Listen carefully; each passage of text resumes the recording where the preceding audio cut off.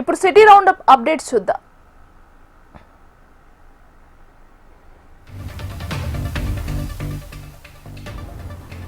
As రావు నగర్ లో నూతనంగా ఏర్పాటు చేసిన గో కలర్స్ ఫ్లాగ్షిప్ స్టోర్ ను ప్రముఖ సినీ నటి నాగబాబు కూతురు నిహారిక కొణిదెల ముఖ్య అతిథిగా హాజరై ప్రారంభించారు.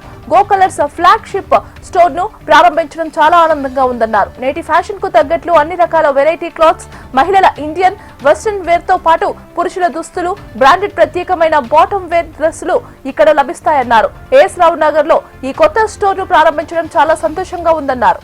గో కలర్స్ సీఈఓ గౌతమ్ సారవోగి ఇక్కడ రిటైల్ స్పేస్ ఎక్కువగా ఉండటం వల్ల మా పూర్తి స్థాయి ఉత్పత్తులను, విస్తృత శ్రేణి కలెక్షన్స్ ను ఒకే చోట ప్రదర్శించే అవకాశం లభించిందని అన్నారు.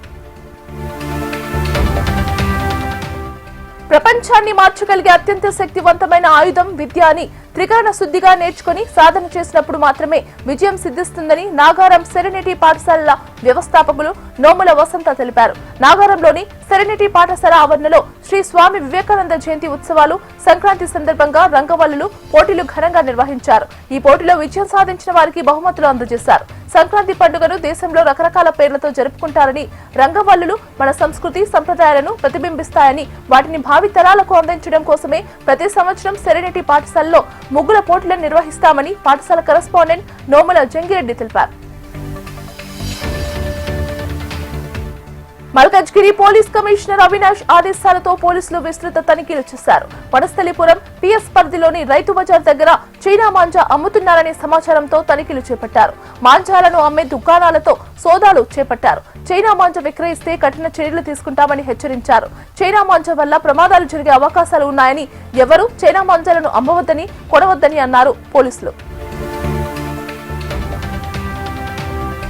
అలియాబాద్ ఎంసీపల్లి మున్సిపాలిటీ పరిధిలో నిర్వహించిన బీఆర్ఎస్ కార్యకర్తల సమావేశం నిర్వహించారు. ఈ సమావేశానికి ముఖ్య అతిథిగా హాజరైన మాజీ మంత్రి మల్లారెడ్డి కాంగ్రెస్ ప్రభుత్వంపై విమర్శలు చేశారు.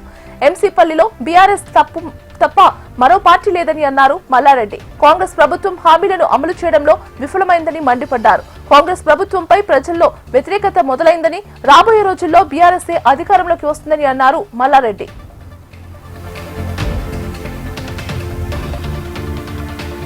సంస్కృతి సంప్రదాయాల పండుగల ప్రాముఖ్యతను తెలియజేస్తూ మహిళలో దాగి ఉన్న కళా నైపుణ్యాన్ని వెలుగులోకి తీసుకురావడమే ముగ్గుల పోటీల కార్యక్రమాల లక్ష్యమని బీజేపీ నేత భరత్ గౌడ్ అన్నారు. బీజేపీ నాయకురాలు మేకల కీర్తి ఆధ్వర్యంలో బౌద్ధనగర్ డివిజన్ అశోక్ నగర్ లో ముగ్గుల పోటీలు ఘనంగా నిర్వహించారు. వివిధ థీమ్లతో వేసిన ముగ్గులు ఆకట్టుకున్నాయి. రంగురంగుల ముగ్గులతో ప్రాంగణాన్ని సాంస్కృతిక శోభతో నింపారు. చిన్నారుల నుంచి పెద్దల వరకు మహిళలు ఉత్సాహంగా పాల్గొని తమ ప్రతిభను ప్రదర్శించారు. ఉత్తమ ముగ్గులు వేసిన మహిళలకు నిర్వాహకులు బహుమతులు అందజేశారు.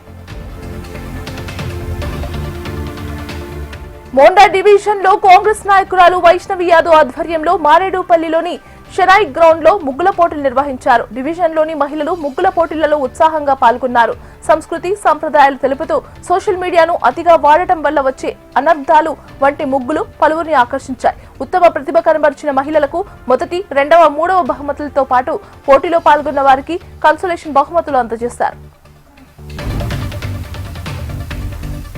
సీఎం రేవంత్ ఉస్మానియా యూనివర్సిటీకి ప్రకటించిన 1000 కోట్ల రూపాయలు ఎప్పుడు ఇస్తారని బీఆర్ఎస్ రాష్ట్ర కార్యదర్శి నాగరం ప్రశాంత్ ప్రశ్నించారు. ఈ మేరకు ఉస్మానియా యూనివర్సిటీలోని ఆర్ట్స్ కళాశాలలో సమావేశం నిర్వహించారు.